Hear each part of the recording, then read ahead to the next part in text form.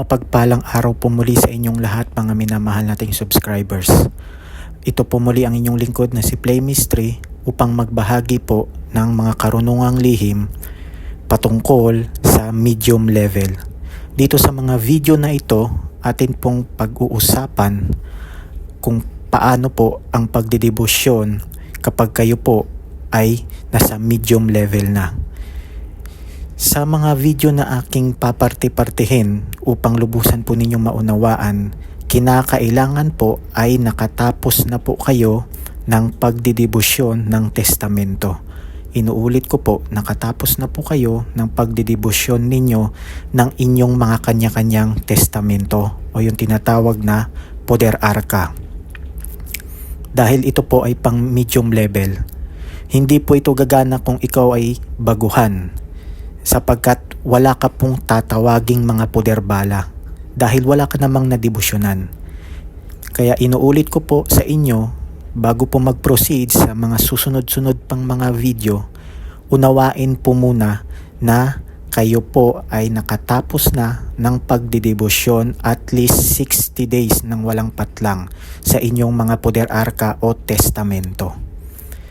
At sa mga video na ating ilalabas ay i-compile po ni Play Mystery ang mga karunungang lihim na aking natutunan upang inyo pong magamit. Ito po ay pang medium level at kinakailangan po ninyo dito ng masusing pag-aaral. Hindi lamang po ng inyong mga poder arca o testamento, kundi sa bawat orasyon. Pag-uusapan po natin yan. Ito po ang panimula ng ating video. Ngayon, dito po ay nakikita nyo po, ito po o yung scope o yung kabuuhan ng ilalabas nating mga video. Una, yung debosyon. Sa pagdedebosyon po, unang-una sa lahat, kapag po kayo ay nagdedebosyon, karamihan po kasi nakapagdebosyon na, hindi ka po pwedeng hindi ka po pwedeng tumahak dito hanggat hindi ka po nakatapos ng inyong debosyon sa testamento. Kailangan po nakatapos na po kayo kasi wala po kayong poder balang tatawagin. Kinakailangan po tapos po muna. Kapag wala pa po, magdebosyon pa po muna kayo sa mga testamento. Pumili po kayo ng testamento na nais ninyong debosyonan. Okay po? Ngayon, dito po sa pagdedebosyon, nakita nyo naman po, kapag kayo ay nagdedebosyon na sa antas na ito, medium level, huwag po kayong magdedebosyon upang sa kaisipan ninyo makapagpagana ng mga orasyon, magkaroon ng kapangyarihan ng kabal, magkaroon ng kapangyarihan ng lihis, hindi pinuputukan. Huwag po kayong mag-isip ng ganun. Hindi po aayon sa inyo ang banal na espiritu kapag ganun po ang inyong kaisipan. Dapat po kapag kayo po ay nagdedebosyon, kayo po ay ginagampanan po ninyo ito upang purihin ang ating kataas-taasang Diyos Ama, Diyos Anak, at ating banal na espiritu. Wala na po. Okay? Kapangyarihan man o walang kapangyarihan, ginagawa mo ito dahil pinupuri mo sila. Yun lamang po ang dapat ninyong isipin upang kasiyahan po kayo ng banal na espiritu at maging mapagkumbaba at malimusin sa kapwa. Yun lamang po ang batas sa pagdedebosyon para sa level na ito. Ngayon, pag-uusapan natin dito, meron ditong antas ng debosyon. Ito yung scope ng ating mga video. Antas ng debosyon, nandyan na yung ika-una, ikalawa, ikatlo, ika-apat, ika-lima.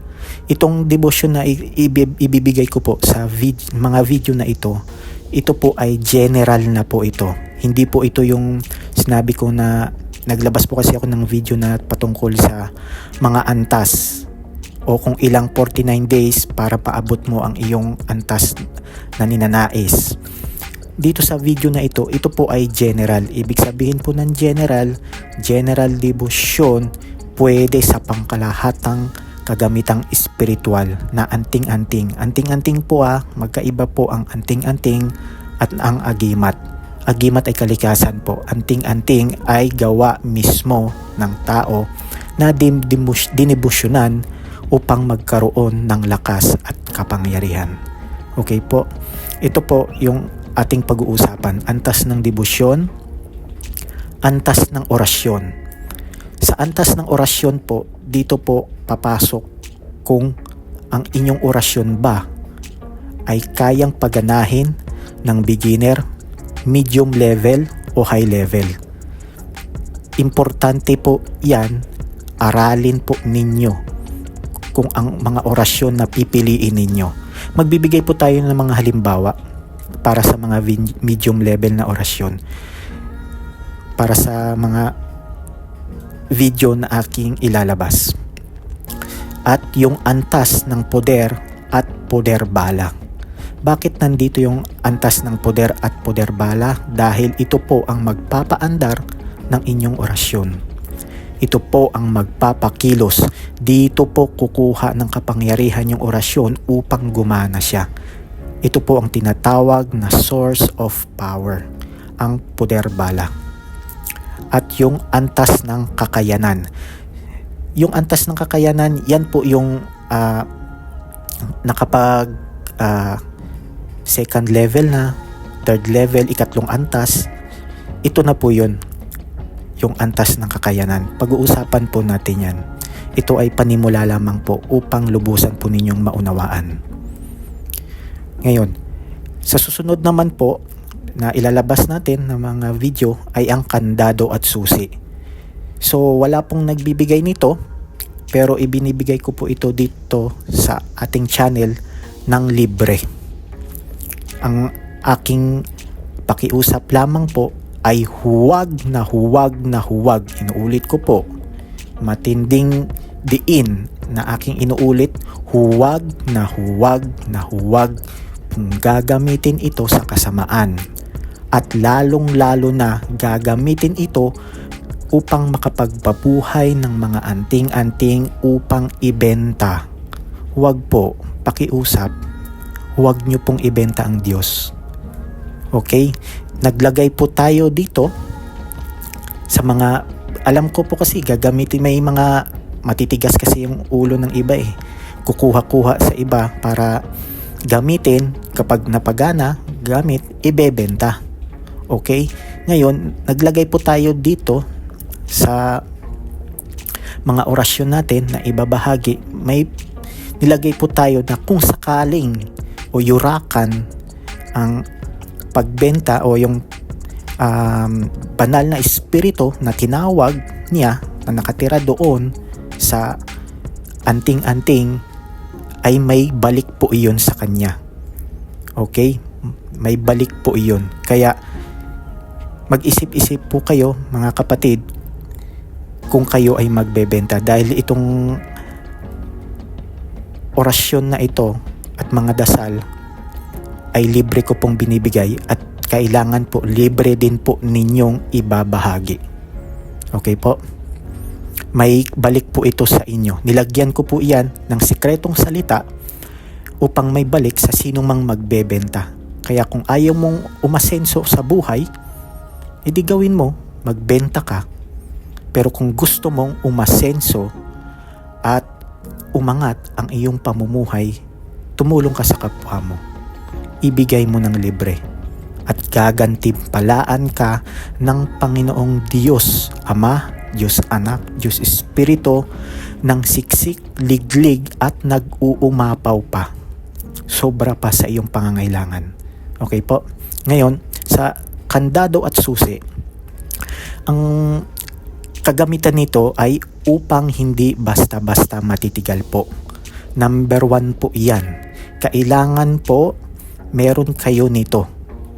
Kasi pag wala ka nito, napakadali mong butasin. Okay, may kapangyarihan ka nga, Hindi ka nga pinuputukan, nililihisan ka man ng kapangyarihan, pero wag kang kumpiyansa.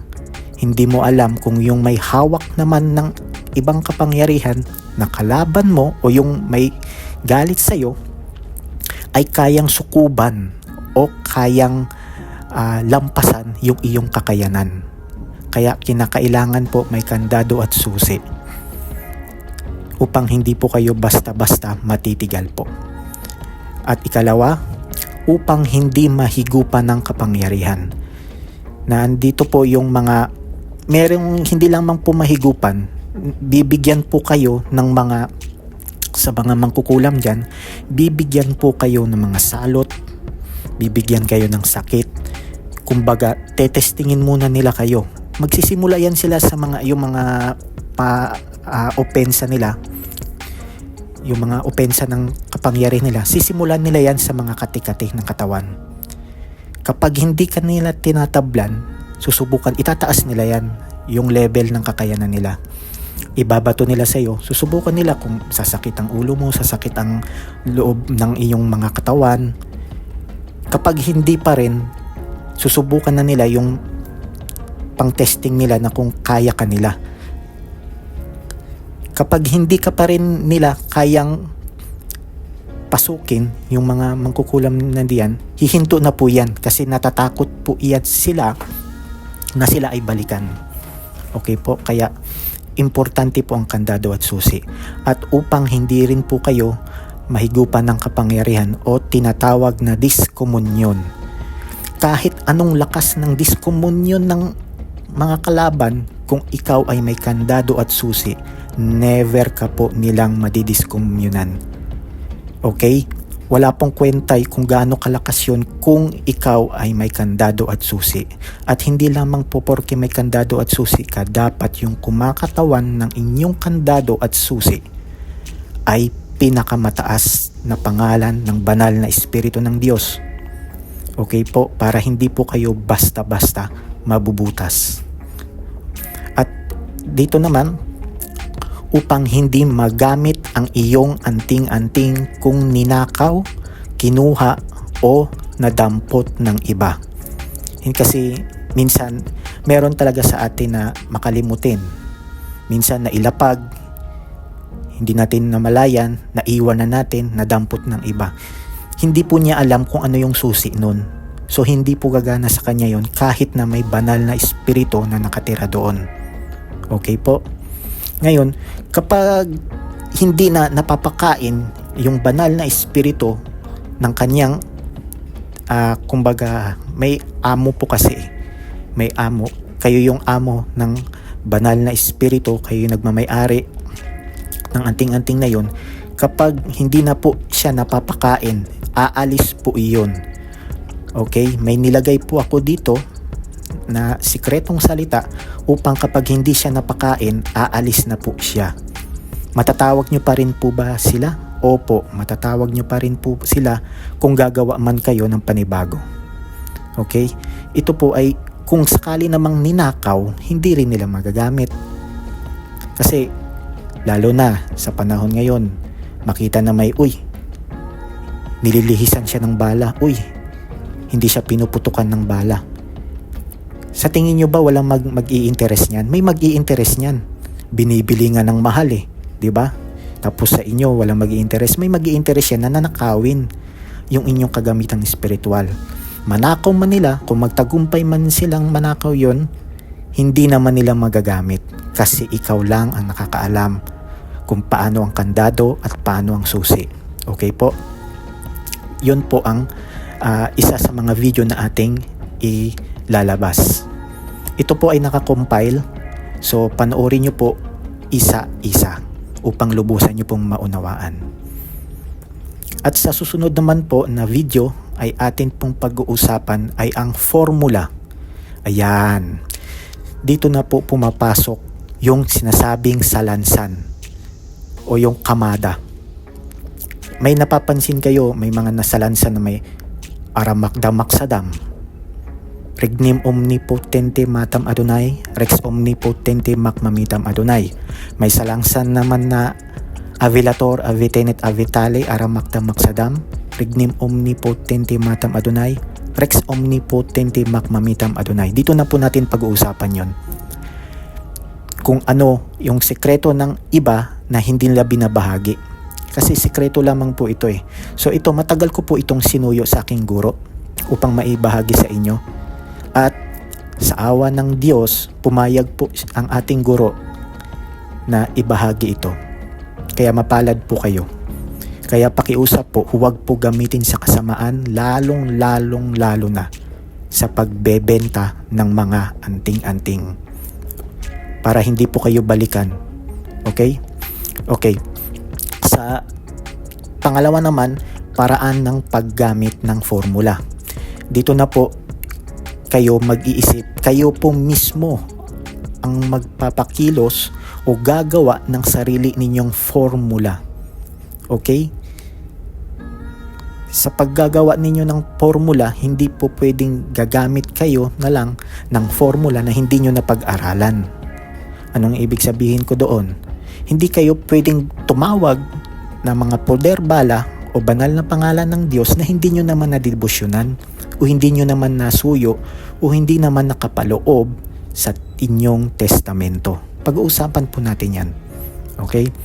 Tapos dito, pag-uusapan naman natin is yung iba't ibang uri at halimbawa ng formula. Magbabahagi po tayo ng mga halimbawa para meron po kayong guide sa inyong paggawa ng inyong formula. Okay po? Ngayon, sa susunod na video naman ay ang orasyon kasado. Dito na po kayo magpapakain ng kasado. Yung mga kasa, bago po ninyo ipakain, unawain ang batas ng bawat orasyon pangkasa. Ano ang mga batas ng orasyon? Kung yan ba ay desusi o hindi.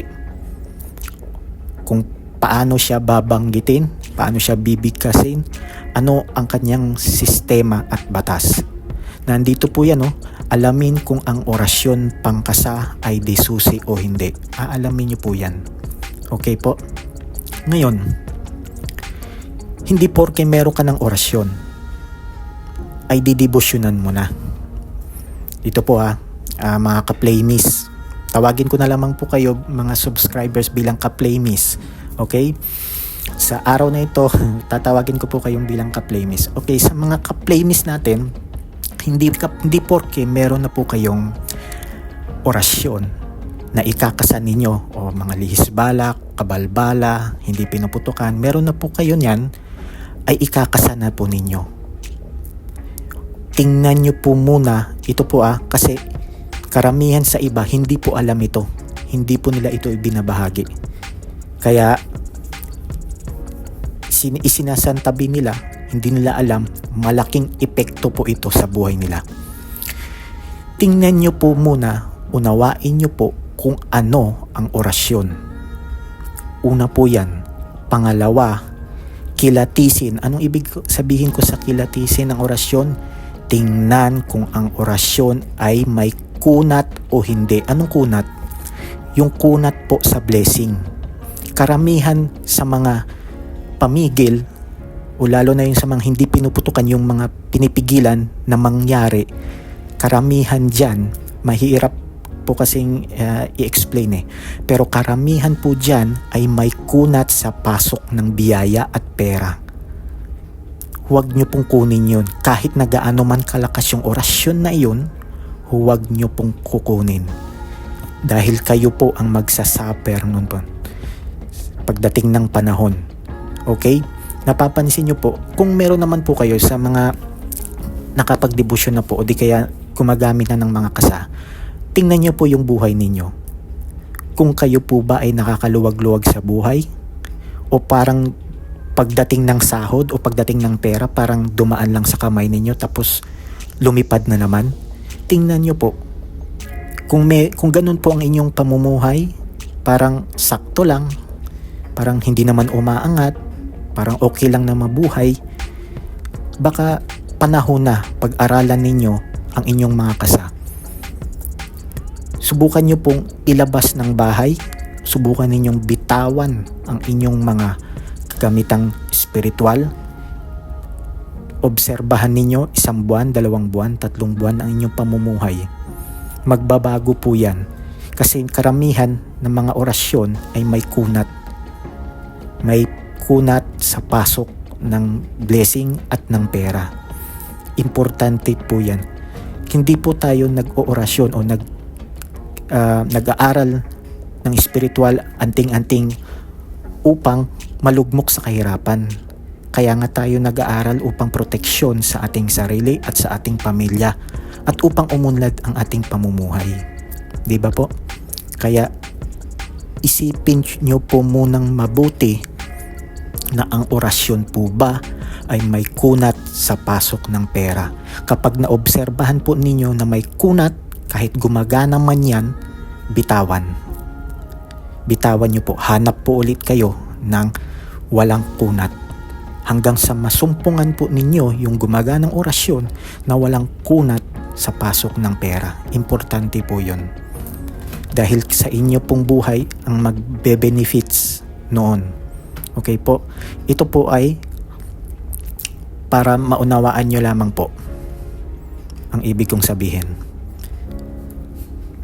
Kaya ito po uli ang inyong likod na si Play Mystery. Kita-kita po tayo sa sunod na video. Ito po ay part by part na video upang lubusan nyo pong maunawaan ang mga aking ituturo. Hanggang sa muli, kita-kita po tayo sa susunod na video. Maraming salamat po.